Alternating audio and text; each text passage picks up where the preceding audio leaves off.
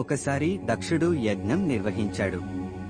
ఆ యజ్ఞానికి దేవతలందరినీ ఆహ్వానించి తన కుమార్తె సతీదేవిని, పరమేశ్వరుడిని యజ్ఞానికి ఆహ్వానించడు.